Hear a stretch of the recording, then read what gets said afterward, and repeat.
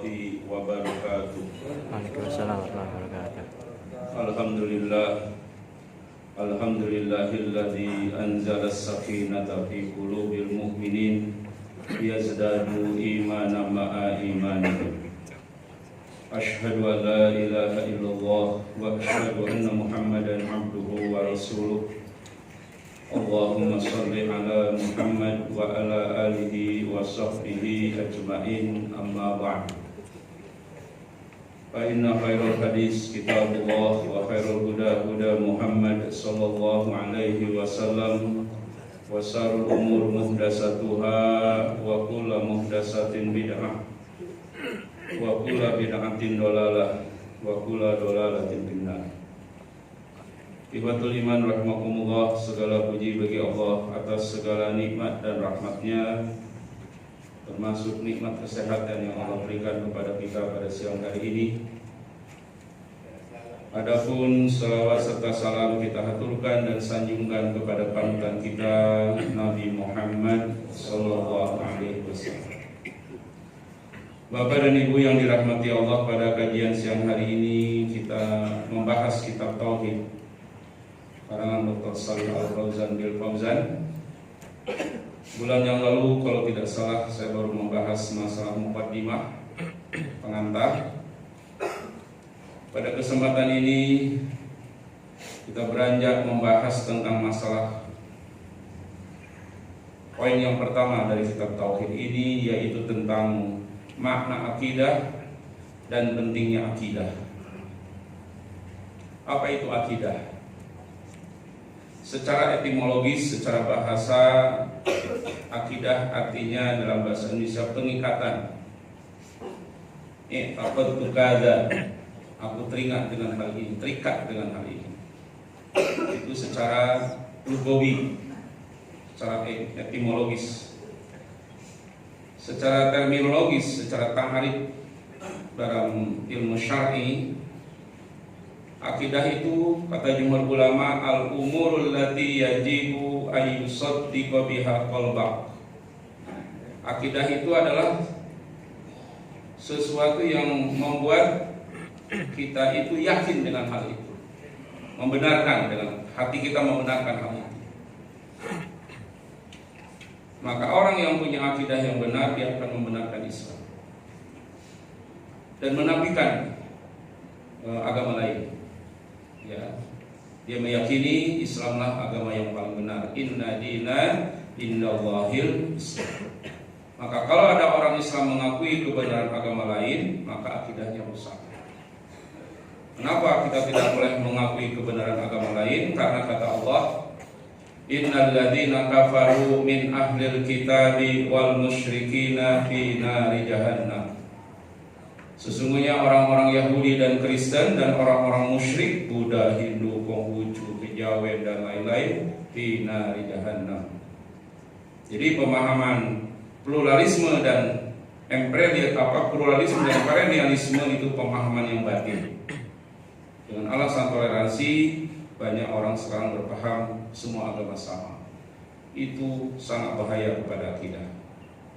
Jadi akidah itu adalah sesuatu yang membuat kita yakin dengan itu. Hati kita yakin dengan itu. Wa tatma'inna ilaiha nafsuka. Dan hidayah itulah sesuatu yang membuat kita tenang dengan itu. Kita tenang dengan beragama Islam ini. Kita nyaman. Islam adalah satu-satunya agama yang benar. Islam satu-satunya agama yang rasional.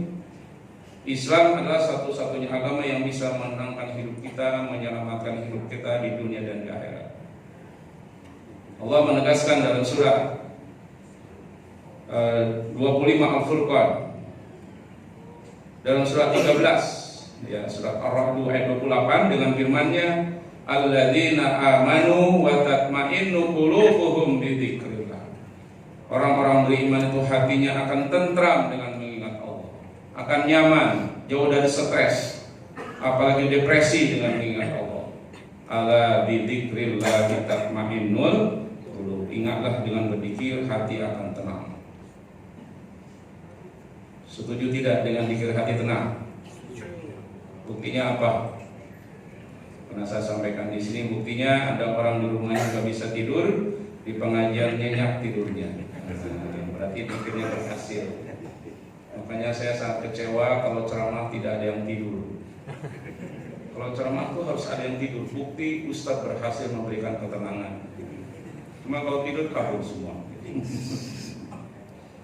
Nah itu ya, jadi akidah itu membuat kita yakin dengan keyakinan itu, membuat kita tenang.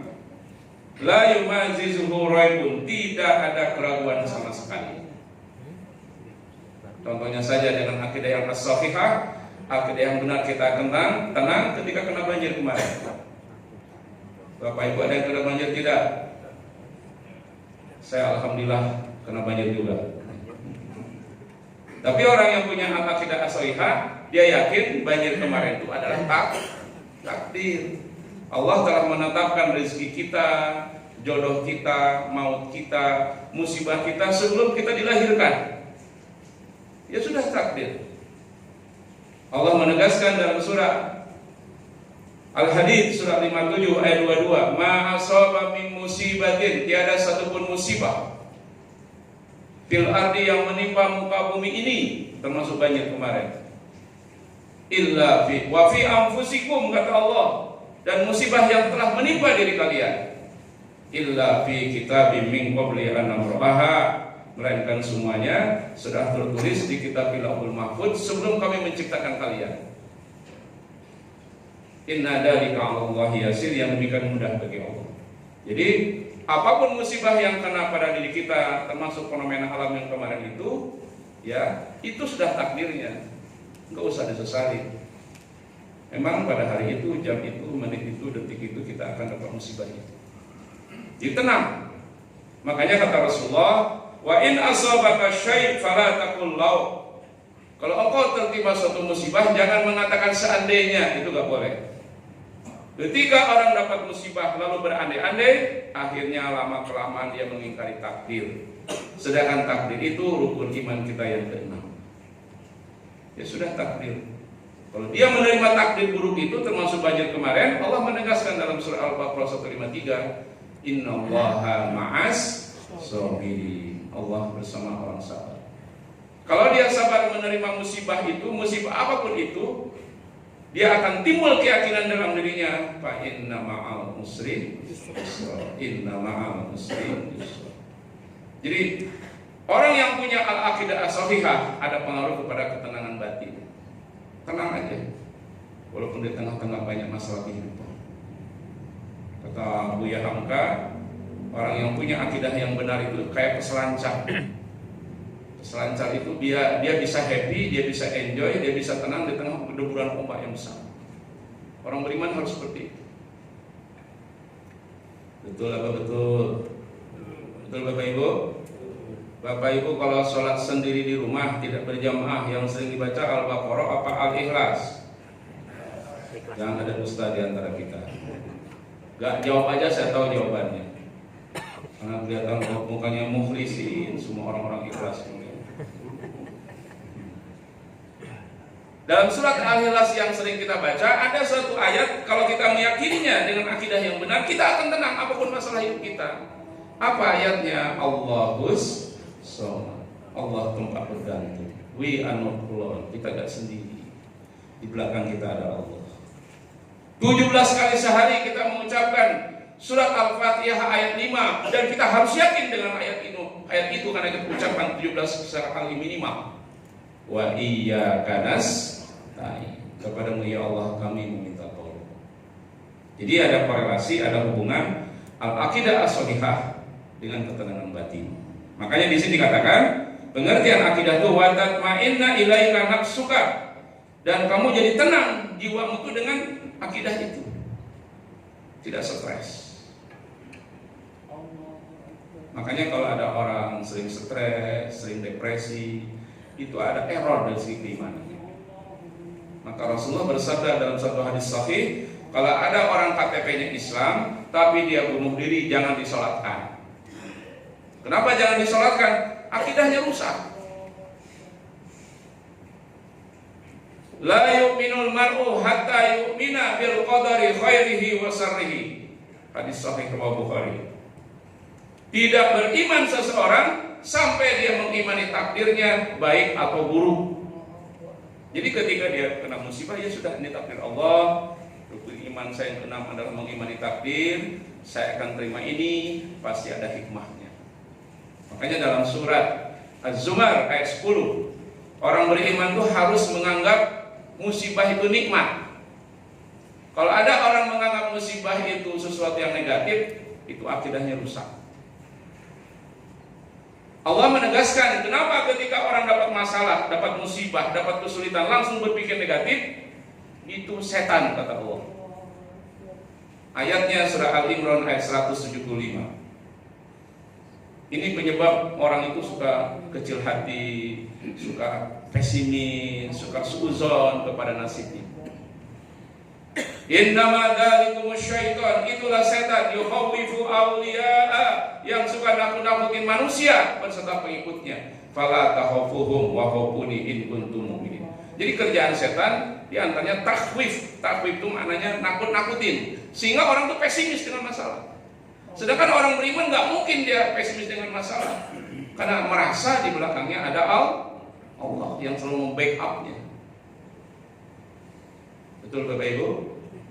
Saya, alhamdulillah saya nggak bohong. Demi Allah sudah 10 tahun saya nggak pernah ditilang, Pak. Saya kalau nyetir mobil, kalau bawa motor saya nggak pernah ditilang. Walaupun melakukan kesalahan fatal kadang-kadang, tapi nggak sengaja. Kenapa sebabnya? Karena 10 tahun yang lalu saya mengajar di Mabes Polri, Pak. Itu pun hanya 2 bulan, Pak. Jadi kata orang Mabes Polri dulu tahun 2009, Pak Ustadz, kalau Pak Ustadz melanggar peraturan lalu lintas nggak sengaja, bilang aja usahanya Mabes Polri. Ternyata itu mujarab, Pak. Kemarin di Bandung, karena lama nggak ke Bandung, saya melawan arus mobil saya, di stop, mau ditilang.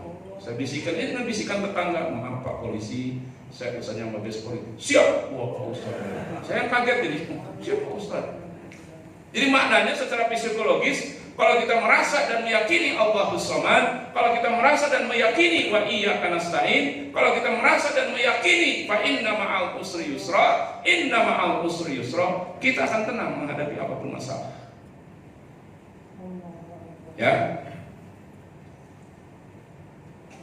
Ihwatul iman rahimakumullah, itulah makna dari akidah yang benar.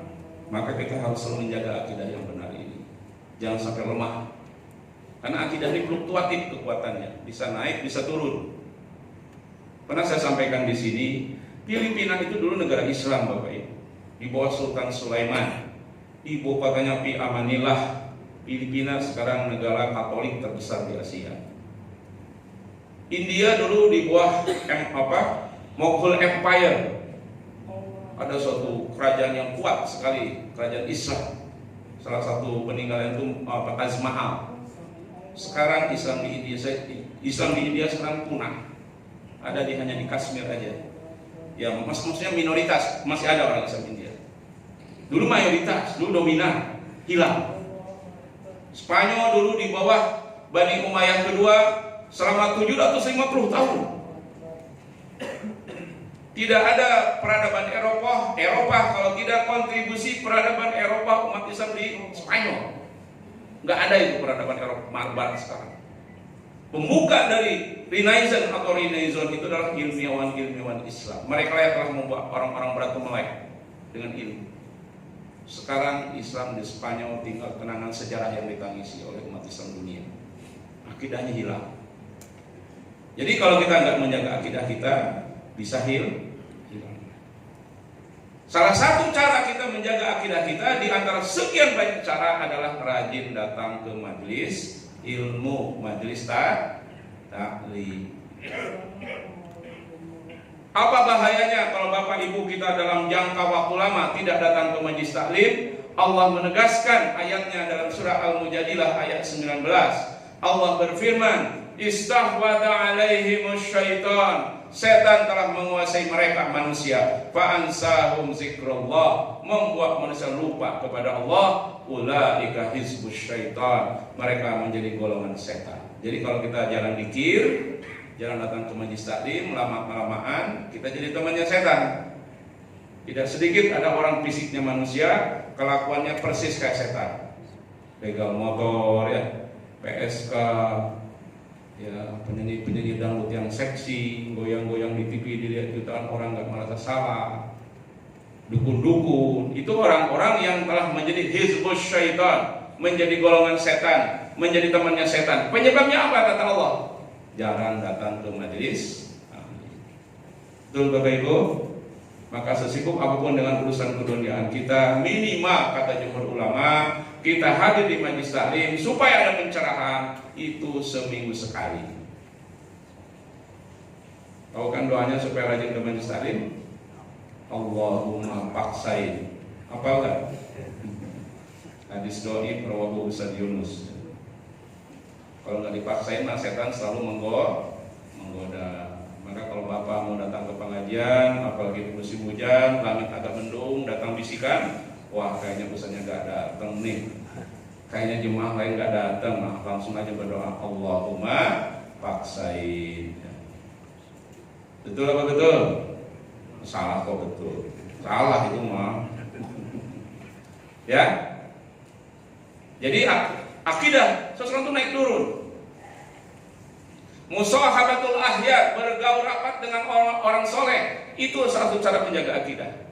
Kenapa Sayyidina Abu Bakar orang yang pertama membenarkan dakwah Rasulullah? Sampai ketika Rasul pulang dari Isra Mi'raj, waktu itu sesuatu yang impossible. Rasul mengatakan kepada orang di Mekah, saya baru pulang dari Masjidil Aqsa, lalu saya naik ke Sidratul Muntaha. Itu dia menghayal, sekarang sih mungkin, karena saya naik pesawat ya. Dulu kalau dari Mekah ke Palestina itu 3 bulan. Naik kuda atau unta. Rasul mengatakan semalam. Gila Rasulullah. Apa kata Sayyidina Abu Bakar? Lebih dari itu pun kalau Muhammad bilang saya akan percaya. Kenapa? Karena ternyata Sayyidina Abu Bakar ini teman Rasul sejak muda. Jadi berteman dengan orang-orang soleh itu asbab kita dapat hidayah, dapat akidah yang benar. Ar-rajulu ala dini khalili, agar seseorang bisa dilihat siapa temannya. Itu kata Rasulullah. Berteman dengan orang soleh dan soleha. Nah, kalau itu kan soleha.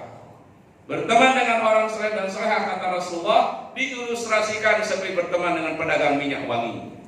Walaupun kita tidak membeli dan tidak memakai minyak wangi, kita akan dianggap wangi. Berteman dengan orang yang buruk iman dan akhlaknya, sama berteman, seolah-olah berteman dengan pandai besi, kata Rasulullah.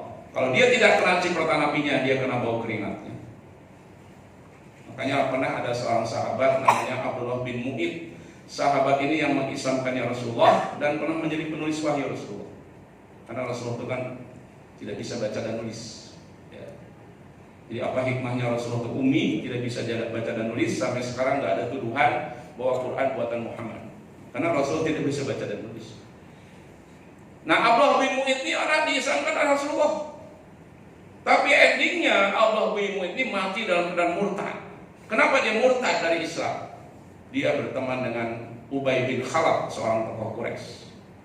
Nah, disinilah kebenaran Al-Maidah ayat 51 bahwa kita dilarang berteman akrab dengan orang kafir. Berteman biasa boleh, kita kan harus berdakwah kepada mereka ya. Tapi kalau kemana-mana berdua, tempat curhat, itu gak boleh dengan orang kafir. Kenapa? Karena kata Allah dalam surah Al-Baqarah 120, "Walan tarda ankal yahud walan nasara hatta tattabi'a millatahum."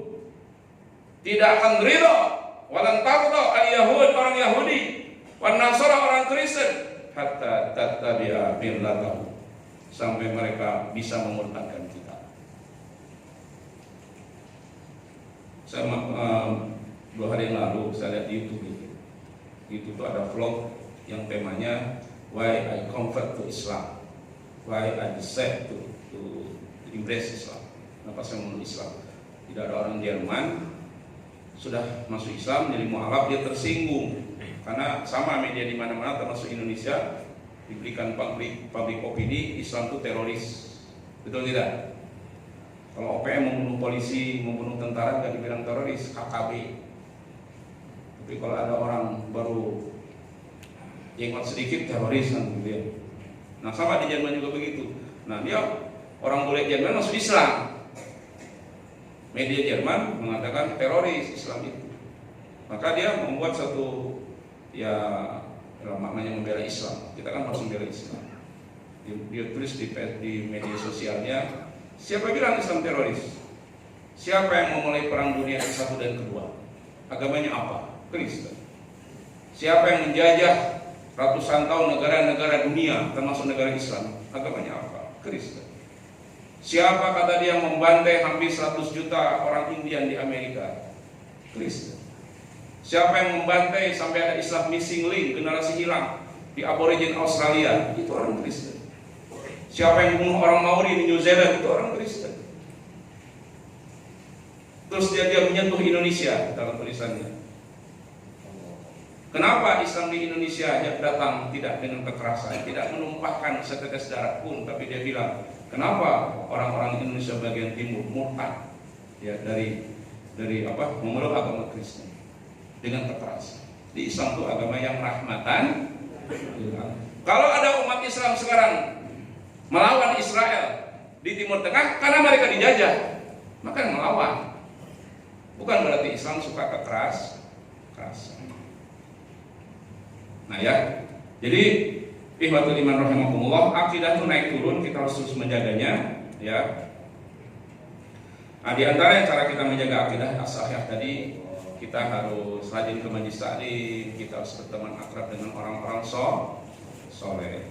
Adapun penyebab orang itu akidahnya rusak, ya saya mengajar juga di Kejaksaan Agung yang di Ragunan itu, bukan di Ragunan ya, maksudnya kan ada pusdiklatnya di situ, bukan saya ngajar di Ragunan, bukan. Ragunan itu kan bukan kebun binatang Pak ya, itu kan kampung ya. Jadi kalau ditanya, pernah mahasiswa saya nanya ke saya, Ustaz ngisi taklim kan di Ragunan, ngajar apaan gitu. Jadi kemarin orang pusdiklat di Kejaksaan Agung di Ragunan bilang, Pak Ustaz, di Jabodetabek ini berkeliaran 52 ajaran sesat. Dan korban dari ajaran sesat itu adalah orang-orang yang akidahnya lemah. Termasuk saya kira korban dari Sunda Empire kemarin ya. Saya sebagai orang Sunda merasa malu ada Sunda Empire. Ngomongnya ngaco lagi ya, Pentagon, lahir dari Bandung, gitu. Orang PBB dari Bandung, gitu. Ya wae, gitu. Terus masuk penjara orang dia jadi tersangka. Mana ngaco? Bangga dengan Pajajaran, Prabu Siliwangi warisan dari Roman Empire. Apa hubungannya Prabu Siliwangi dengan Roman Empire?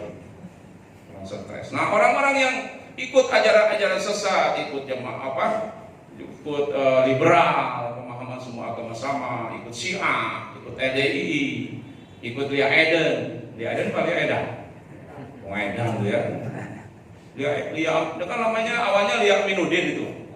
Merasa imannya kuat, merasa menjadi wali, dari wali menjadi nabi jadi Tuhan, udah bayangkan. Tuhan pada penjara 4 tahun kemarin.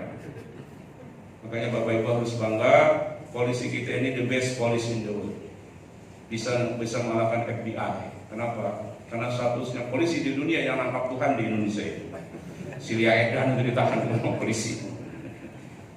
Nah itu ya, kenapa orang sekarang berbondong-bondong masuk ajaran sesat?